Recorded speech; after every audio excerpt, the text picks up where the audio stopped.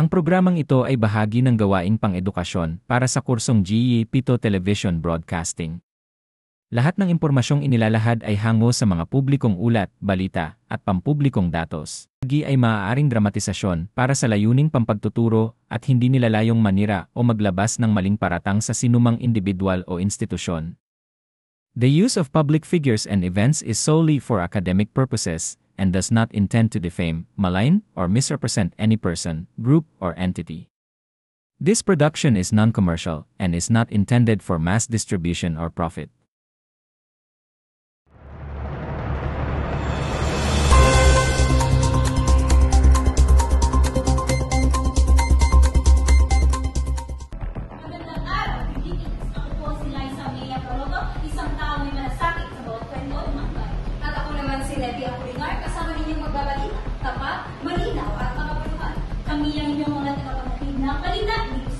Balitang Bayan, init ng bayan. Narito ang mga balitang makabago at makabuluhan mula sa lokal, pambansa at pandaigdigang itablado.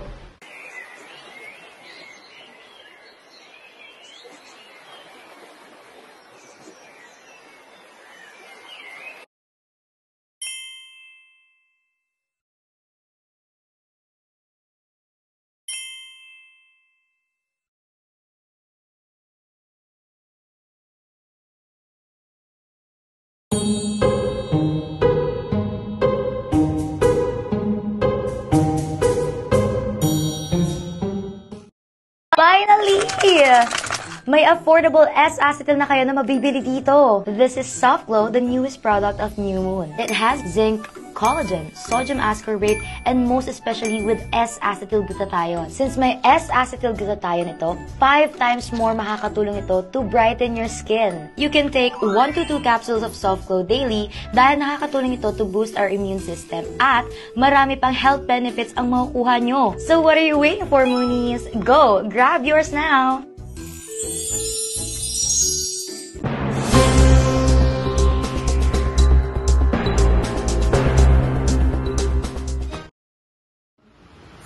Sulok ng bansa may mga pangyayaring dapat pagtuunan ng pansin. Mula sa mga hamon ng kalikasan hanggang sa puso ng mga pamayanan. Tunghayan natin ang mga mainit na balita mula sa ating sariling bayan. Unahin natin ang mga balitang kaninang umaga nagkaroon ng panandaliang pagputok ng Bulkang Kanlaon sa Negros Occidental. Ayon sa ulat ng Philippine Institute of Volcanology and Seismology or PHIVOLCS, isang 4.5 km ulap ng abo ang umangat mula sa bunganga ng bulkan bandang 6:51 na umaga. Bagamat wala na iulat, nasaktan o nasirang ari-ari, apektado ang siyam na barangay, particular sa kanlurang bahagi ng Negros. Suspindido ang mga klase sa mga pinag-paaralan at pansamantalang sinara ang ilang kalsada. Patuloy ang pag-monitor ng mga otoridad habang pinapayuhan ang publiko na manatili sa labas ng 6 na kilometrong danger zone. Para sa karagdagang detalye, narito ang ulat ni Princess May Ladera live mula sa Barangay Cabangnaan.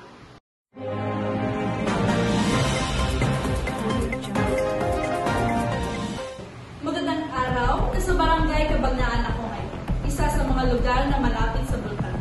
Makikita sa paligid ang manipis na abo na bumabalot sa mga bubong at pananim. Ayon sa lokal na opisyal ng barangay, naka-alerto na mga evacuation center kung sakaling lumala ang sitwasyon. Tinututukan din ang kalusugan ng mga residente, lalo na mga hika at sakit sa baga. Isa sa mga nakausap natin ay si Aling Magda, isang residente sa lugar. Medyo kinakabahan po kami pero handa naman po kaming lumikas kung sakaling kailangan talaga. Sana hindi na ito lumala pa.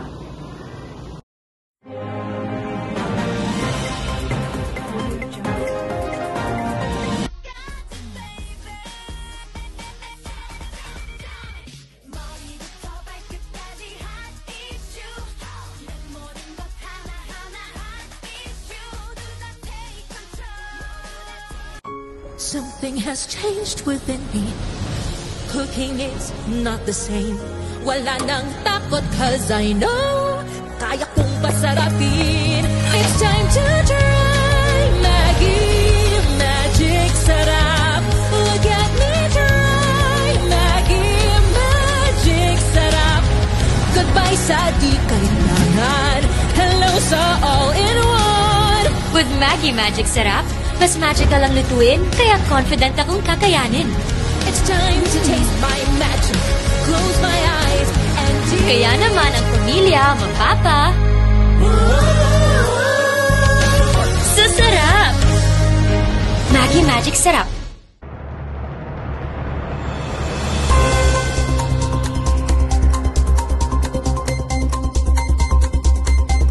Samantala, positibong hakbang ang sinagawa sa pamahalaang lungsod ng Quezon City sa pamamagitan ng pagpatuloy ng kanilang urban gardening program.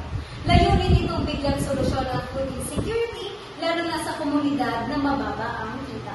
Para sa kabuuang hula, naroon ngayon si Antonio, live mula sa Barangay Cruz Naligas. Antonio, ano ang sitwasyon dyan? Back to back with our All News Report. Narito tayo ngayon sa Barangay Cruz Naligas, kung saan inilunsad ang isang community garden na pinangunahan ng mga nanay at kabataan. Ayon sa lokal na pamahalaan, layunin nilang makapagpatayo ng hindi bababa sa 500 urban garden sa lungsod na yung taon. Malaking tulong po ito kasi may libre kaming pagkain. Natuto pa kaming magtanim at mag-alaga ng tanim kahit maliit ang espasyo. Bukod sa benepisyong pangkalusugan, layunin din ng proyekto na itaguyod ng sustainability at self-reliance sa gitna ng krisis ng pang-ekonomiya.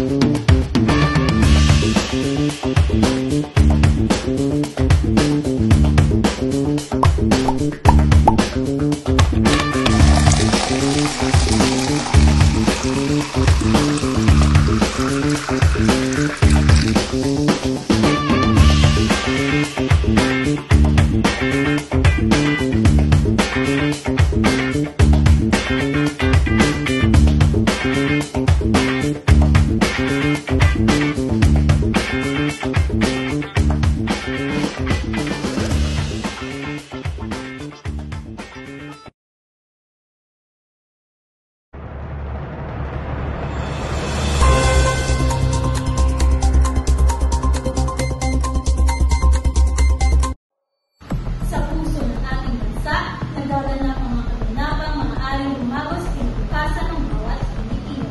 Mula sa mga hakbang para sa kalusugan hanggang sa mga kasunduang maaaring ipabago sa kasaysayan. Narito ang mga pambalitang pambansa.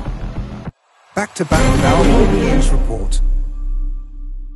Isa sa mga itinuring ng pinakamalaking hakbang at tungo sa diplomasya ngayong taon ay ang ceasefire agreement sa pagitan ng India at Pakistan.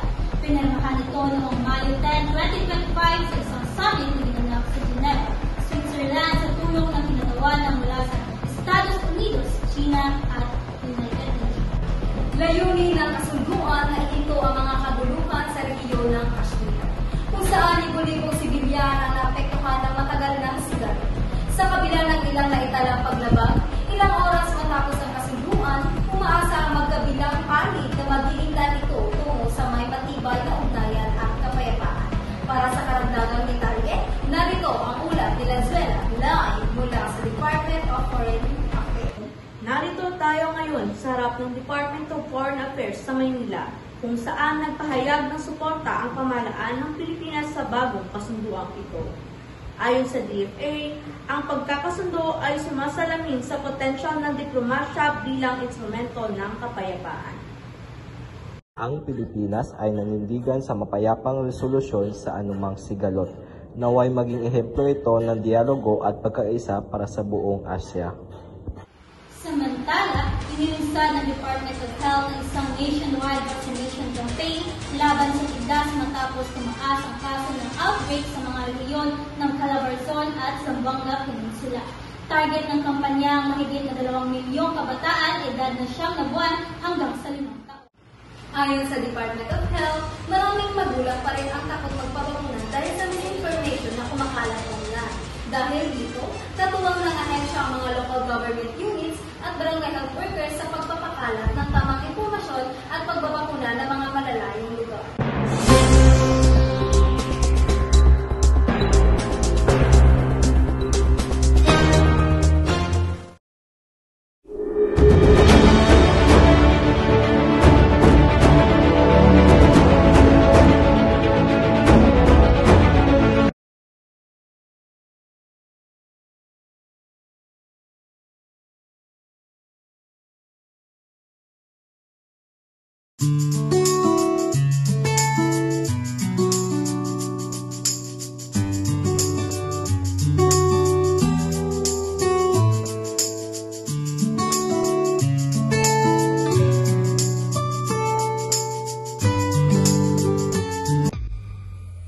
Little bottle, big benefits.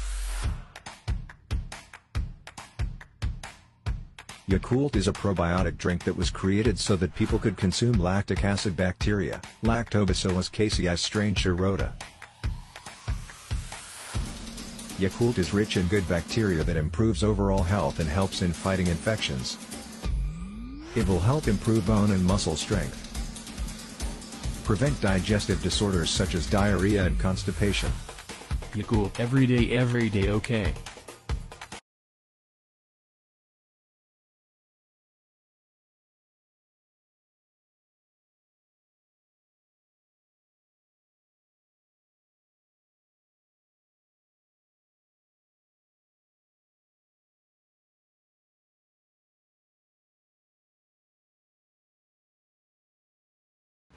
Sa mga balitang kahinaligan, isang positibong sinyales ang lumitaw mula sa gitnang silangan matapos ang palayain ng Hamas ang isang bihag na Amerikanong Israelita ilang araw bago ang pagbisita ni dating Pangulong Donald Trump sa rehiyon. Ang pagkilos na ito ay bahagi ng confidence-building measures sa usapang ang bihag ay kinilala si Ilya Rosenberg, isang 35 years old na doktor na kinidnap noong 2023 habang nagsasagawa ng humanitarian mission sa Gaza Strip. Pinahayag ng kanyang pamilya na labis na pasasalamat sa gobyerno ng Israel at sa kanilang international mediator tulad ng Qatar. Isa itong kaganapang binabantayan ng marami. Nasa Geneva ngayon si Embasado para sa live update. Ano ang sitwasyon niya? Back to back with our all news report. Narito ako ngayon sa harap ng United Nations Office in Geneva, kung saan nagpahayag ng kasaya ng ilang opisyal sa bagong pag-unlad. Ayon sa kanila, ang pagpalaya kay Rosenberg ay isang magandang indikasyon na posible pa ang mga negosasyon, lalo na kung tutukan ang tulong humanitarian para sa mga sibilyang Palestino. Balik sa iyo, Nefi. At sa industriya ng sining, isang dagok ang tumama sa karera ng batikong aktor na si Gerald Depardieu. Nakaharap siya ngayon sa kontrobersiya matapos mapatunay ang nagkasala sa kaso sexual na pananakit na isinumpara ng isang kapwa-actress noong 2020. Partner, ano sa tingin mo? Alam mo ba, partner, ang korte sa Paris ay naglabas ng 18 buwan suspended sentence laban sa kanya, kasabay ng pagkakatalaga sa kanya ng community service at psychological counseling. Ang hatol na ito ay sinasalubong na magkakahalang reaksyon sa France kung saan muling binuksan ang usapin ng accountability sa industriya ng pelikula. At sa pagtatapos ng ating programa, isang paalala para sa nalalapit na halalan, ipinapaalala ng Commission on Election or COMELEC at ng Department of Information and Communications Technology ang kahalagahan ng fact-checking at digital literacy upang labanan ang paglaganap ng peking balita.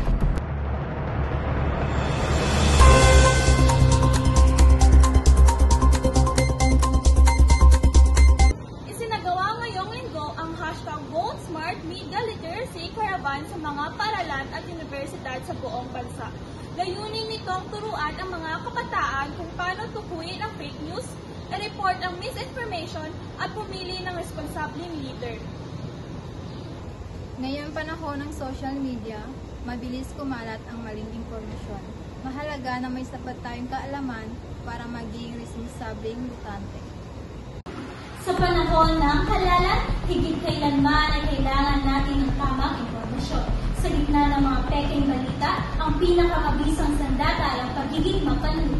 Alamin kung paano natin magprotektahan ang ating karapatang bumoto. Tandaan, kabayan, ang inyong piling ay halaga. Mag-ingat sa mga panlinlang na impormasyon at maging mapanuri sa pagboto. At iyan ang kabuuan ng mga maiinit na balita ngayong araw. Mula sa Tinig ng Bayan, kami ay nagpapasalamat sa inyong pagtangkilik. Ako si Letty Apolinar at ako naman si Liza Mea Baroto. Hanggang sa muli, Pilipinas! Ito ang Balitang Bayan, Tinig ng Bayan.